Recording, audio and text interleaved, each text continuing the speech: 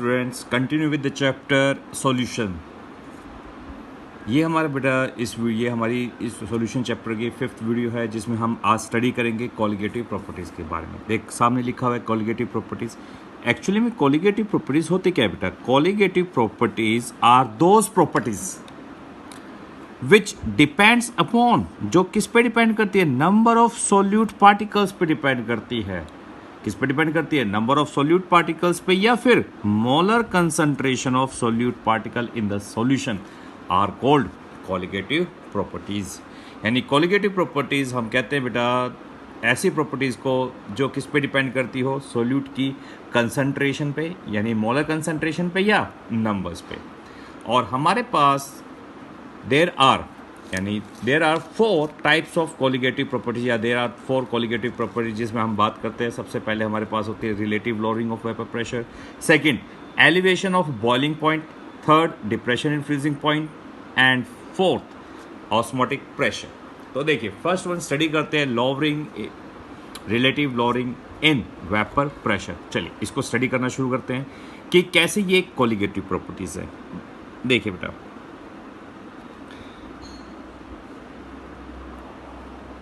इसको एक्सप्लेन करते हैं बेटा। इसके लिए हमने सबसे पहले 2 बीकर बना लिए। दोनों का वॉल्यूम सेम है, याद रखना दोनों का वॉल्यूम क्या है? सेम। और दोनों को मैंने क्लोज कंटेनर कर रखा है। अब देखिए यहाँ पे भी ये हमने ले लिया प्योर सॉल्वेंट। ये हमारे पास क्या है? Pure solvent. चलिए ठीक है बेटा। अब क्या कर रहे हैं हम? धीरे धीरे टेम्परेचर राइज करेंगे। क्या करेंगे? धीरे धीरे टेम्परेचर राइज करेंगे। और जैसे जैसे टेम्परेचर राइज करेंगे, जो ये हमारे पास प्योर सॉल्वेंट है ये किस में चेंज होगा? वेपर्स में। किस में चेंज होता चला जाएगा? वेपर्स में चेंज होगा। एक ऐसा टेम्परेचर आएगा जहाँ पे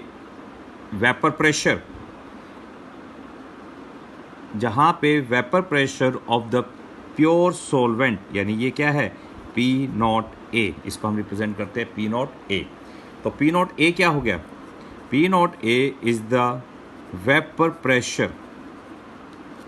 P0A is the vapour pressure of pure solvent A। ठीक है, बात समझ आए बेटा? तो यहाँ पे धीरे धीरे क्या करेगा? वेपर प्रेशर इंक्रीज होता जाएगा और एक कंडीशन आएगी, एक ऐसी कंडीशन आएगी या टेम्परेचर आएगा एट अ टेम्परेचर जहाँ पे P0A यानी वेपर प्रेशर किसके इक्वल हो जाएगा? 1 एटमॉस्फेरिक प्रेशर के।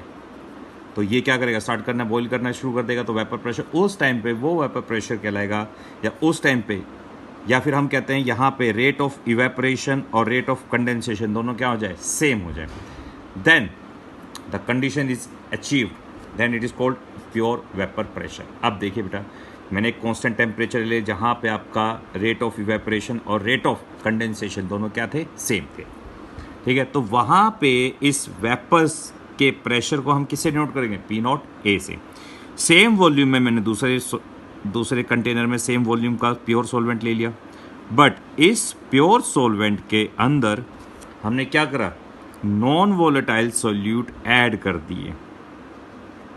नॉन वोलेटाइल सॉल्यूट क्या कर दिए? ऐड कर दिए थोड़े से अमाउंट में। अब देखिए होगा क्या? जैसे आप हीट करोगे, क्योंकि आप जानते हो हीटिंग इज अ या boiling is a vapour bulk phenomena. तो जैसे ही वेपर्स बेटा नीचे से ऊपर की तरफ जाएंगे तो ये इससे आपके नॉन वोलेटाइल सॉल्यूट के साथ, किससे? नॉन वोलेटाइल सॉल्यूट से क्या होंगे? टकरा देंगे, और टकरा के क्या आएंगे? वापस नीचे आ जाएंगे और यहाँ से ऊपर चले गए। तो एट सेम टेम्परेचर, यानी एट ए गिवन टेम्परेचर, तो बताइए वेपर्स किसके ज़्यादा होंगे? क्योंकि यहाँ से टकरा, यहाँ पे एक वेपर आया, यहाँ से थोड़ा निकलेगा यहाँ पे, तो यहाँ पे धीरे धीरे वेपर्स क्या होंगे? इंक्रीज होंगे। बट सेम टेम्परेचर पे किस में वेपर प्रेशर ज़्यादा होगा? प्योर वाले में। और उसमें वेपर प्रेशर क्या हुआ? कम हुआ, due to addition of non volatile solute. तो इसको हम कहते हैं पार्शियल प्रेशर। क्या कहेंगे बेटा? Partial vapour pressure. तो PA आपका क्या कहलाएगा? Partial vapour pressure of solvent in the solution. तो आप देख रहे हो, और मैं ज़्यादा इंक्रीज करूंगा, आप देखो मैं और ज़्यादा सोल्यूट इंक्रीज करूंगा नॉन वोलेटाइल सोल्यूट, तो वेपर प्रेशर और क्या कर जाएगा, डिक्रीज कर जाएगा। तो देख रहे हो कि जैसे जैसे हम नॉन वोलेटाइल सोल्यूट की कंसंट्रेशन इंक्रीज कर रहे हैं तो वेपर प्रेशर क्या कर रहा है, डिक्रीज कर रहा है। That's why it is known as relative lowering in vapour pressure due to the addition of non volatile solute.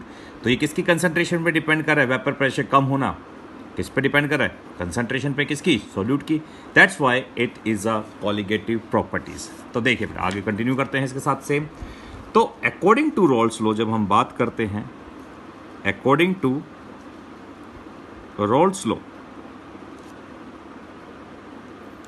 The vapour pressure of solution या partial pressure of solvent in the solution, या फिर हम simple से कहते हैं vapour pressure of solution भी कह सकते हैं इसको। तो vapour pressure of the solution PA is directly proportional to, किसके डायरेक्टली प्रोपोर्शनल होगा आपका, या हम कह सकते हैं मोल फ्रैक्शन किसके, मोल फ्रैक्शन के इक्वल होगा बेटा XA के, इसके मोल फ्रैक्शन के इक्वल, जितने ज़्यादा मोल्स वेपर्स के होंगे उतने ज़्यादा होगा। तो इज, तो हम पूरे भी लिखते हैं तो क्या हो जाएगा हमारे पास अकॉर्डिंग टू रॉल्स लॉ, तो PA इज इक्वल टू में P0A XA, यही हमारे पास रोल्स होगा। तो इसी को is the product of, is the product of, किसका प्रोडक्ट है, vapour pressure of pure solvent, ठीक है बेटा, vapour pressure of pure solvent and it's mole fraction. हाँ जी बेटा, देखिए कितना वेपर प्रेशर डिक्रीज कर गया, यानी relative lowering of vapour pressure कितना हुआ। तो हम उस relative lowering of vapour pressure को मैं किससे डिनोट कर रहा हूँ, डेल्टा P से रिप्रेजेंट कर रहे हैं, किससे रिप्रेजेंट कर रहे हैं, डेल्टा P से, ठीक है। तो डेल्टा P क्या है बेटा, रिलेटिव लोअरिंग ऑफ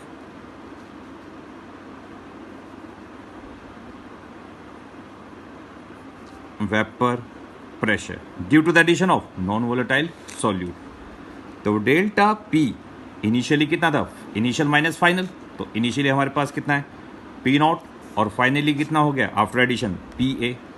तो क्या लिखेंगे, P0A माइनस PA, इसमें किसी को डाउट बेटा, P0A माइनस में PA।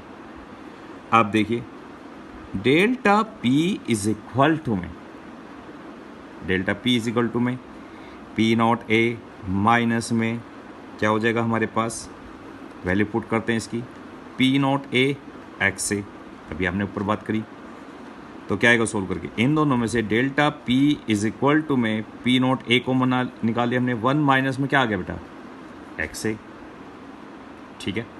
अब इसकी वैल्यू मैं दोबारा से ये वाली पुट कर देता हूँ, तो क्या आएगी, P0A माइनस में PA is equal to P0A 1 minus XA।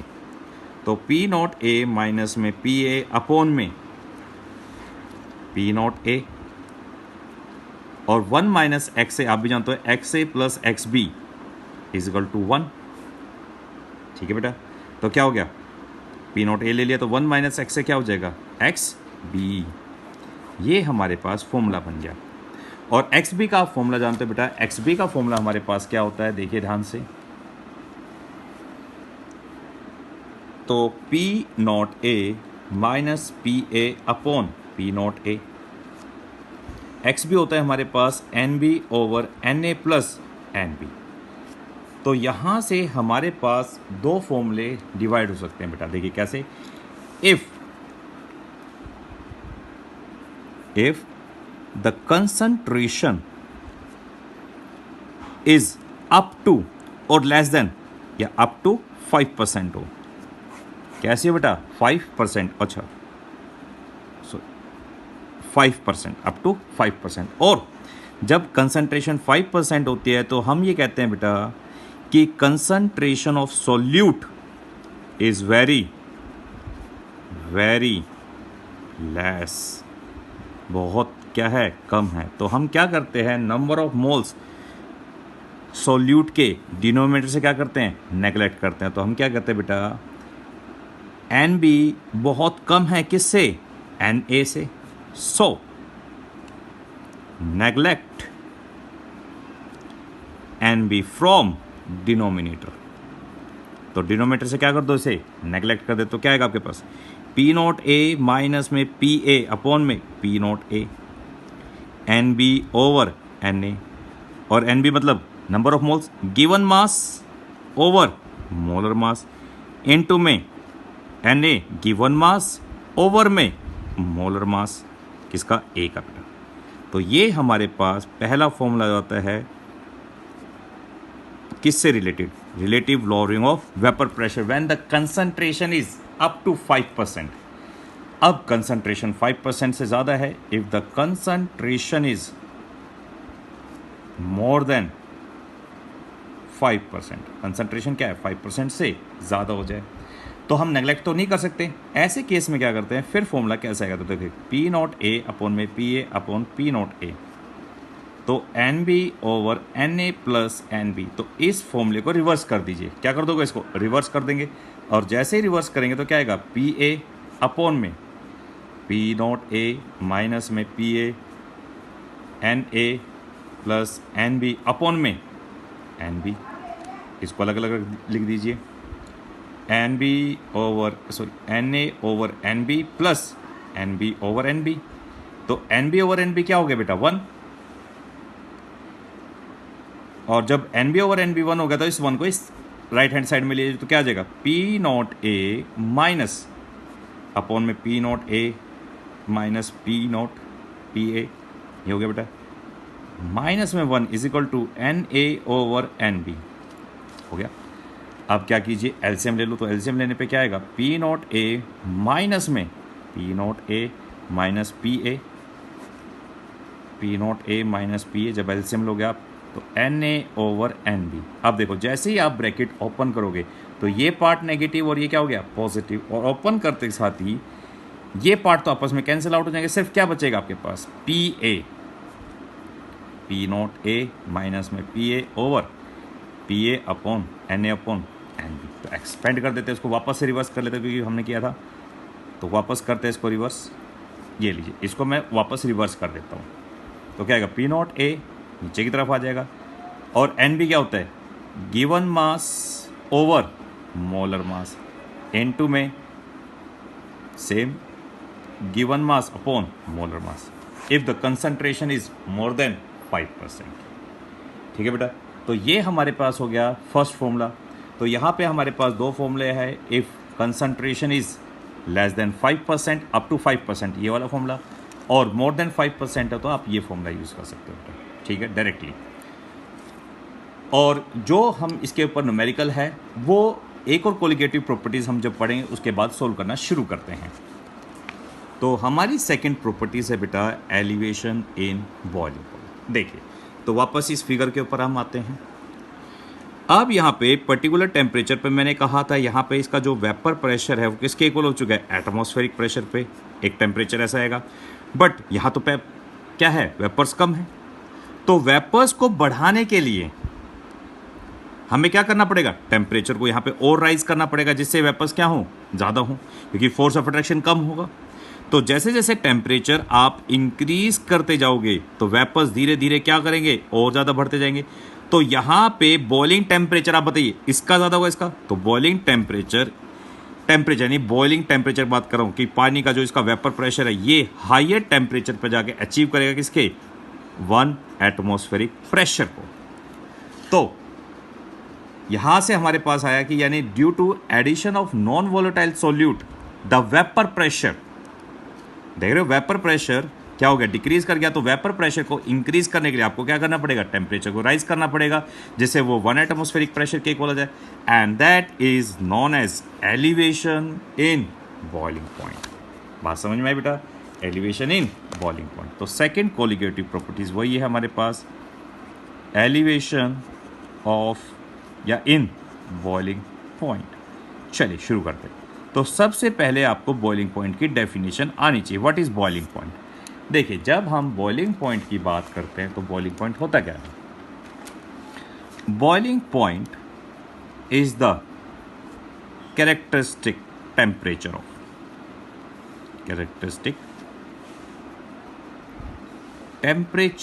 of a liquid, यानी किसी भी एक लिक्विड का कैरेक्टरिस्टिक टेम्परेचर जहां पे at which its vapour pressure, जहां पे इसका vapour pressure becomes equal to, किसके इक्वल हो जाए, इक्वल टू 1 एटमॉस्फेरिक प्रेशर के इक्वल हो जाए, तो वो लिक्विड क्या करता है, स्टार्ट्स करता है बॉयल करना, that is called boiling point. अब मैंने आपको बता दिया कि जैसे आप नॉन वोलेटाइल सॉल्यूट ऐड करोगे तो बॉइलिंग पॉइंट ऑटोमेटिकली क्या करेगा, राइज करेगा, क्योंकि वेपर प्रेशर को आपको किसके इक्वल लेके जाना है। अभी देखिए नॉन वोलेटाइल सॉल्यूट आपके क्या थे, जब हम बात करें हमने नॉन वोलेटाइल सॉल्यूट ऐड करा तो यहाँ पे वेपर्स कम थे, तो वेपर प्रेशर यानी P0A आपके ज़्यादा थे, किससे, PA से। तो दोनों को बराबर करने के लिए मुझे क्या करना पड़ेगा, टेम्परेचर को राइज करना पड़ेगा, जिससे धीरे धीरे वेपर्स और इंक्रीज हो। तो एक सर्टेन टेम्परेचर यहाँ पे, यानी इस टेम्परेचर पे तो नहीं हो, इससे हाइयर टेम्परेचर पे एक कंडीशन ऐसी आएगी जहाँ पे दोनों के वेपर प्रेशर यानी PA और P0A दोनों क्या हो जाएंगे, इक्वल। बट ये PA, अब वो PA निकल आएगा, इसको हम क्या कहेंगे, P-A किसके इक्वल हो जाएगा, एटमॉस्फेरिक प्रेशर के। तो टेम्परेचर आपको क्या करना पड़ा, राइज करना पड़ा, in order to achieve the vapour pressure equal to P0A, that is known as elevation in boiling point.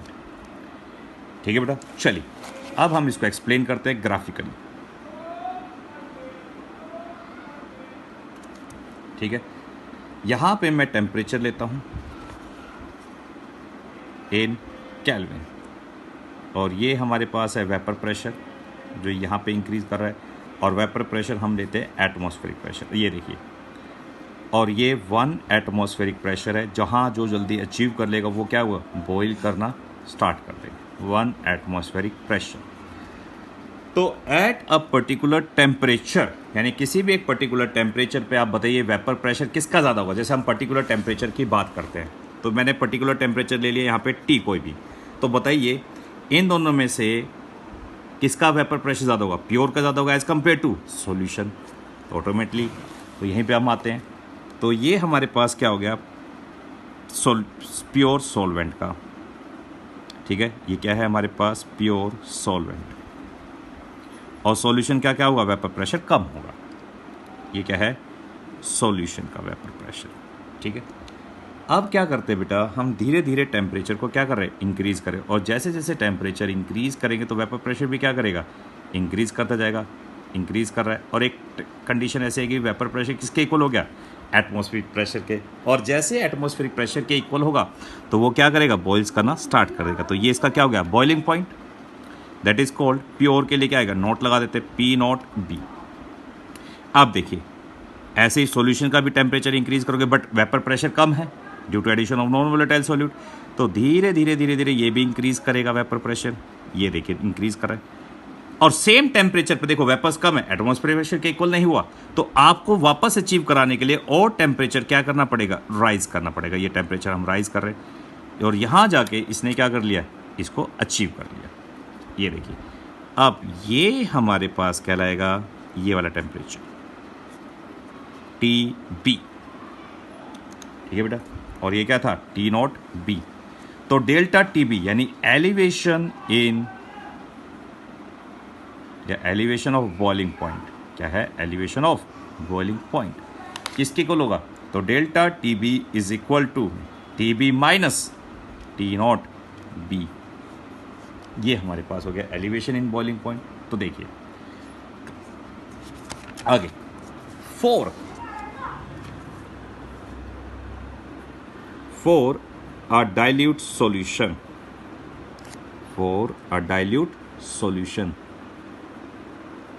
the decrease in vapor pressure is proportional या directly proportional to the molal या molality या फिर molal concentration of solute present in the solution,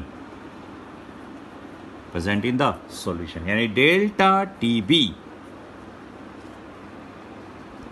यानी delta T B या हम directly proportional किसके, small M के, यानी जितने ज़्यादा सोल्यूट पार्टिकल्स आप इंक्रीज करते जाओगे एलिवेशन इन बॉइलिंग पॉइंट, उतना ही क्या करेगा, इंक्रीज करेगा, तो डायरेक्टली प्रोपोर्शनल हो गया। तो delta T B is equal to में के बी एम, यहाँ पे के बी क्या हो गया, यहाँ पे के बी क्या है बेटा आपके पास, प्रोपोर्शनैलिटी कांस्टेंट, क्या है हमारे पास ये, प्रोपोर्शनैलिटी कांस्टेंट, कॉल्ड, इसके कई सारे नाम हैं। पहला molal elevation constant, molal elevation constant, second molal ebullioscopic constant, ये इसके नाम है बेटा, ठीक है। तो आप भी जानते हो एम का फॉर्मूला क्या होता है मोललिटी का, फर्स्ट वीडियो हमने करा था, मोललिटी इज इक्वल टू में number of moles of solute upon में मास ऑफ सॉल्वेंट। तो सॉल्यूट को हम बी से नोट करते हैं, नंबर ऑफ मोल्स मतलब given mass upon molar mass, into में 1 / मास ऑफ, यानी given mass of solvent in KG, but यहाँ पे मैं ग्राम ले रहा हूँ, इसके लिए केजी में करने के लिए क्या करेंगे, 1000 से मल्टीप्लाई, ये हमारे पास इसकी फॉर्मूला हो गया। और कई बार क्या होता है बेटा, पेपर के अंदर हमें यूग्लोस्कोपिक कांस्टेंट के न्यूमेरिकल्स वो डेफिनेशन पूछता है, तो डिफाइन कैसे करेंगे इसको, तो K B is defined as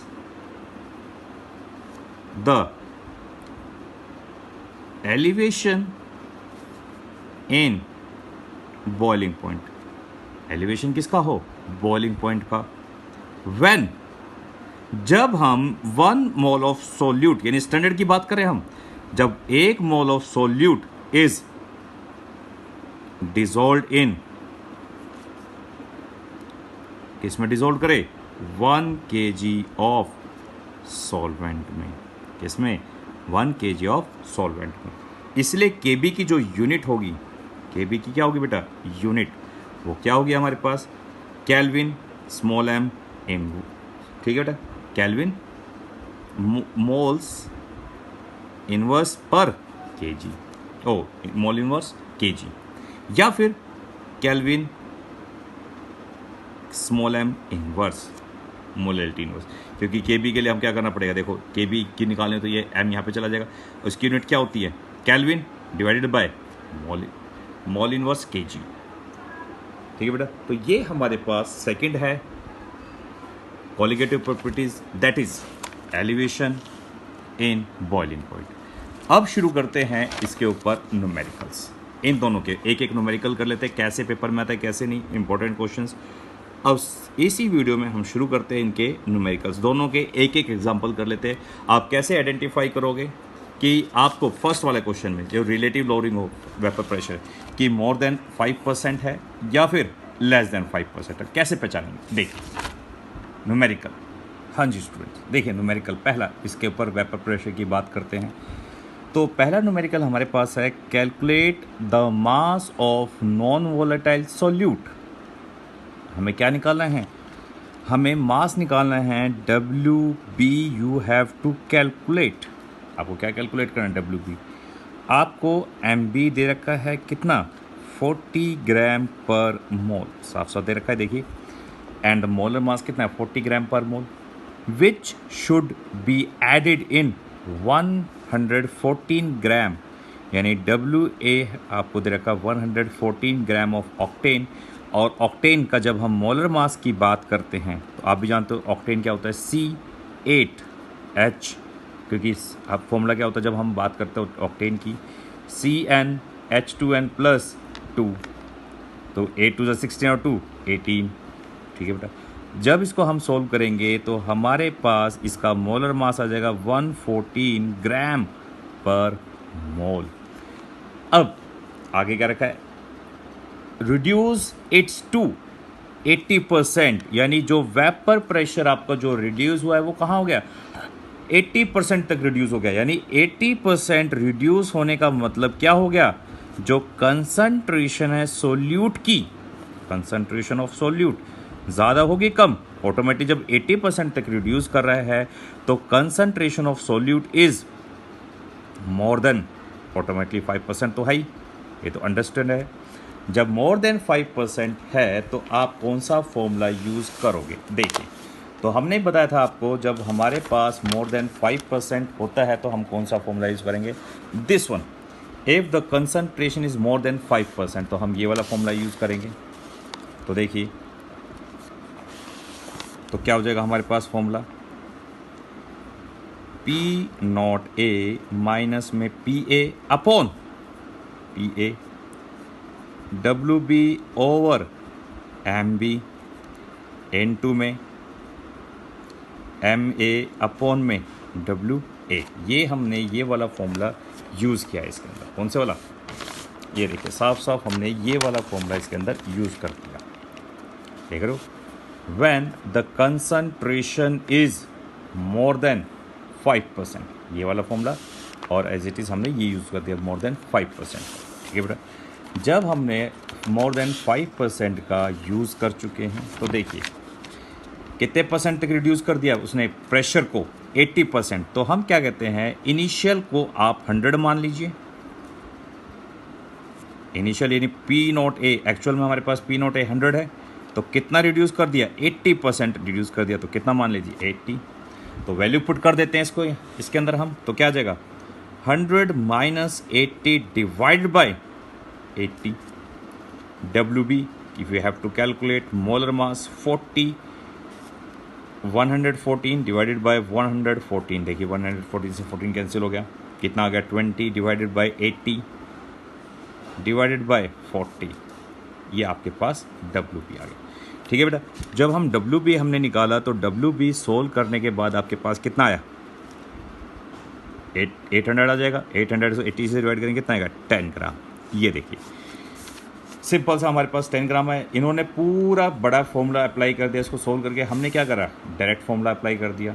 तो ये हम डायरेक्ट फॉर्मूले अप्लाई कर सकते हैं जब आपको डायरेक्टली फॉर्मूले याद है। तो अब देखिए एक और न्यूमेरिकल हम चेक करते हैं। नेक्स्ट फॉर्मूला देखिए, क्वेश्चंस ये देखिए, a solution made by dissolving 30 gram of non volatile solute, यानी डब्ल्यू बी आपको गिवन है कितना? 30 ग्राम। कितने में? डब्ल्यू ए 90 ग्राम में।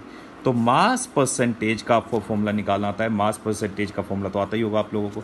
तो मास परसेंटेज क्या होता है? मास ऑफ सोल्यूट अपॉन में mass of solute plus mass of solvent into में 100। नहीं आता तो ये देख लीजिए, तो कितना हो जाएगा आपके पास? 30 अपॉन में 90 प्लस ये 120 हो गया इनटू में 100।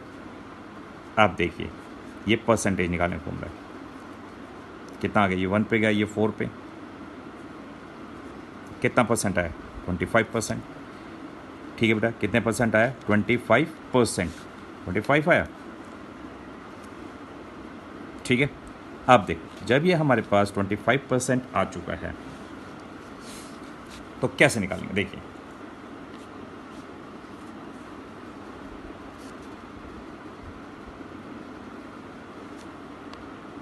आगे क्या रखा है? It has vapour pressure, it has vapor pressure and the pressure of pure water कितना दे दिया? P not a 3.64 kelvin kilo pascal, और PA आपको कितना दे दिया? 2.8 किलो पास्कल। तो देखिए अब हम वही फॉर्मूला अप्लाई करते हैं। तो हमारे पास जो निकल के आया था बेटा, वो कितना निकल के आया था? 25%। अगेन मैं बताता हूँ कैसे निकालते हैं। जब हमारे पास मास परसेंटेज का होता है तो हम क्या लिखते हैं? गिवन मास ऑफ सोल्यूट, तो मास ऑफ सोल्यूट लिखा जाता है नीचे। ठीक है, ऊपर हम मास ऑफ सोल्यूट अपॉन में मास ऑफ सॉल्यूशन नीचे होता है। तो गिवन मास ऑफ सॉल्यूशन, और सॉल्यूशन आपको पता है सोल्यूट प्लस सॉल्वेंट होता है हमारे पास, इनटू में 100% होता है। ठीक है, तो निकाल देते हैं दोबारा से। देखो 30 डिवाइडेड बाय, दोनों को ऐड करेंगे कितना आएगा? 120 इनटू में 100। ठीक है बेटा, देखिए ये 1 पे गया और ये डायरेक्टली किस पे गया? 4 पे। तो हमारे पास आया 25%। आप जब 25% आया तो क्या निकालेंगे formula? P not A minus में पी ए अपॉन में पी ए, ये वाला। क्योंकि मोर देन क्या है 5%। तो हमने जब मोर देन 5% आया तो ऊपर वाला formula as it is use करेंगे हम, डब्ल्यू बी अपॉन में एम बी इनटू में एम ए अपॉन में डब्ल्यू ए, इस टाइप से। ठीक है, चलिए शुरू करते हैं हम। पी नॉट ए कितना है 3.64 माइनस में 2.8 divided by 2.8 is equal to में 30। और जो हमें नॉन वोलेटाइल सोल्यूट दे रखा है तो हमसे ये क्या रखा था, कैलकुलेट द इसका मोलर मास हमें कैलकुलेट करना है। तो और किस में डिजोल्व, वाटर में डिजोल्व करता है। और वाटर का जो मोलर मास होता है वो कितना होता है आपको पता है, मोलर मास वाटर का होता है 18 डिवाइडेड बाय 90। बस ये सोल्व करना लगे। जब हम एम बी निकालेंगे तो एम बी तो ऊपर चला गया, ये देखो ये कितने पे गया, ये 1 पे, और ये कितने पे गया 3 पे, ये 1 पे और 6 पे। ठीक है बेटा, 6 इंटू में 2.8 डिवाइडेड बाय देखो 3.64 2.804 कितना हो गया 16 8 0.84। और जब इसको आप सोल्व करोगे बेटा, ये सोल्व करके आपके पास कितना आएगा 26 ग्राम पर मोल। इस टाइप से आप न्यूमेरिकल सोल्व करोगे। इसके ऊपर रिलेटेड जो भी हमारे पास न्यूमेरिकल्स है, जितने भी आपके पास न्यूमेरिकल सारे ऐसे सोल्व होंगे। ठीक है बेटा, अब हम बात करते हैं किसकी, एलिवेशन इन बॉइलिंग पॉइंट्स के न्यूमेरिकल को सर्च करता हूँ कहाँ पे है, एलिवेशन इन बॉइलिंग पॉइंट। क्योंकि यहाँ पे ये बुक मेरे पास एनसीईआरटी की अभी बुक नहीं है, नहीं तो हमारे पास एनसीईआरटी में तो डायरेक्टली दे रखे होते हैं। ये मेरे पास जो बुक है वो एग्ज़ाम आइडिया वालों ने दी थी और काफ़ी अच्छी है, पढ़ सकते हो आप इस बुक को। और इससे बेटर हम बात करते हैं, दिनेश की भी अच्छी किताब है हमारे पास। दिनेश भी एक बहुत अच्छी किताब है जिसको आप ब्रीफली जब आप जाओगे उसके अंदर डीपली पढ़ोगे तो एक एक पॉइंट आपको स्पेसिफाई बिल्कुल क्लियर होता चलेगा। ज़्यादा डिफ़िकल्ट, वो इतना डिफ़िकल्टी से आपको पढ़ाते नहीं है बेटा, बड़ा इजी तरीके से हमें एक्सप्लेन करते चले जाते हैं। ठीक है, तो वो वाली किताब भी आप पढ़ सकते हो। दिनेश की बहुत अच्छी किताब है और आपके सारे कॉन्सेप्ट, जितने भी कॉन्सेप्ट है सारे क्लियर हो जाएंगे उस वाली बुक से। चलिए, तो यहाँ पे मुझे इसके रिलेटेड कोई भी अभी के बी चलिए मिल गया। बट इसमें जब हम न्यूमेरिकल्स की बात करते हैं, देखो साफ साफ दे रखा है, देखिए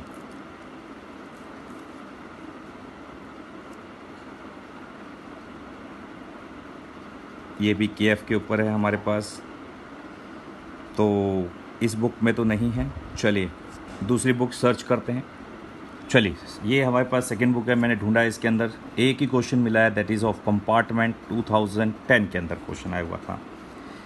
देखिए question number 15 all India CBSE 2010 compartment में है। देखो इसमें साफ साफ लिखा है, find the boiling point of solution containing 0.520 gram of glucose dissolve in 82.2 ग्राम। तो आपको क्या निकालना है बेटा, सॉल्यूशन जब हम बात करते हैं इस क्वेश्चन में, you have to calculate, what you have to calculate, हमें डेल्टा टी बी कैलकुलेट करना है। एलिवेशन इन बॉइलिंग पॉइंट, ये तो ये कैलकुलेट करोगे, साथ में आपको टी बी कैलकुलेट करना है। ये दो चीज़ आपको कैलकुलेट करनी है इसके अंदर, क्वेश्चंस के अंदर। आप देखिए हमें देखिए क्या रखा है, सबसे पहले ग्लूकोज गिवन मास। ठीक है, तो डब्ल्यू बी आपको कितना दे रखा है, जब हम डब्ल्यू बी की बात करते हैं बेटा, डब्ल्यू बी आपको दे रखा है 0.520 ग्राम। ये हमें डेल्टा बी दे रखा है बेटा, डब्ल्यू बी। अब इसके बाद करते हैं, जो ग्लूकोज का मोलर मास होता है बेटा, देखिए ग्लूकोज का फॉर्मूला क्या होता है, C6H12O6। ठीक है, तो ग्लूकोज का मोलर मास होता है 180 ग्राम पर मोल। ठीक है, 180 ग्राम पर मोल। अब साथ में हमें क्या रखा है, डिजोल्व कर रखा है 80.2 ग्राम में। तो डब्ल्यू ए आपको कितना दे दिया, 80.2 ग्राम। और साथ में आपको दे दिया बेटा इसके अंदर के बी कितना दे दिया, 0.52 कैल्विन मोलल इनवर्स। देखिए ये साथ साथ हमें ये भी दे रखे हैं इसने।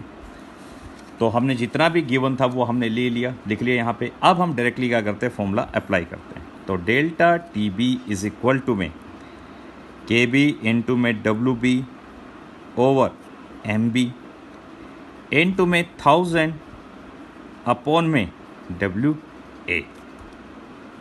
ठीक है बेटा, इस टाइप से। तो इसके बाद हम डेल्टा TB निकाल देते हैं। Delta TB is equal to में 0.52 इनटू में 0.52 डिवाइडेड बाय 180 इनटू में 1000 अब डिवाइडेड बाय 80.2।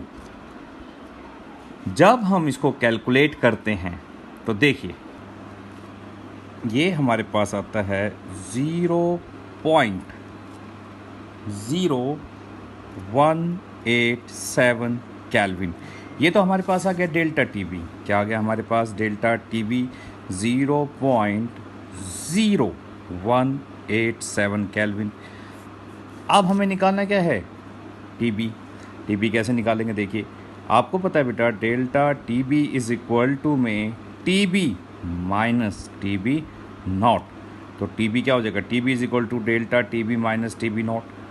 और आप सब जानते हैं कि वाटर का बॉइलिंग पॉइंट, यानी बॉइलिंग पॉइंट ऑफ वाटर कितना होता है? वाटर कितने टेम्परेचर पे बॉइल्स करता है? बॉइलिंग पॉइंट ऑफ वाटर यानी प्योर वाटर की बात करते हैं तो वो हमारे पास होता है 373.15 केल्विन। 373.15 केल्विन।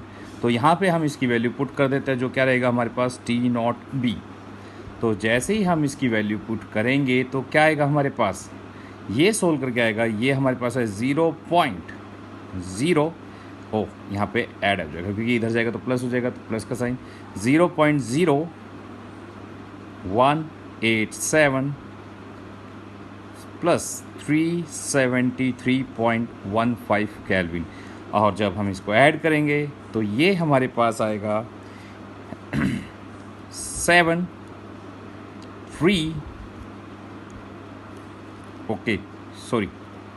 ये हमारे पास आएगा बेटा 0.0187 373.15। तो ये हमारे पास आएगा 7861373.1687 केल्विन डेल्टा TB। इस टाइप से बेटा हम क्या निकाल सकते हैं? TB कैलकुलेट कर लिया हमने। ये हमारे पास क्या हो गया? बॉइलिंग पॉइंट ऑफ सॉल्यूशन जो हमें कैलकुलेट करना था TB, वो हमने कैलकुलेट कर लिया। कितना है? 373.1687 केल्विन। तो इस टाइप से आप न्यूमेरिकल सोल्व कर सकते हैं इसके अंदर। तो देखिए, तो इस वीडियो में हमने जो स्टडी किया है वो क्या क्या है हमारे पास? रिलेटिव लॉवरिंग ऑफ हमने क्या करा? रिलेटिव लॉवरिंग ऑफ या इन vapour pressure and elevation of boiling point. ठीक है, एलिवेशन इन बॉइलिंग पॉइंट। अब इसके बाद हमारे पास दो रह गए, एक रह गया depression in freezing point and osmotic pressure, और लास्ट हमारे पास इसमें रहता है एक वेंट ऑफ फैक्टर। ठीक है, वेंट ऑफ फैक्टर वो हम स्टडी करेंगे 7th वीडियो में। 6th वीडियो में हम कंप्लीट करेंगे ये 7th वीडियो में वेंट ऑफ फैक्टर।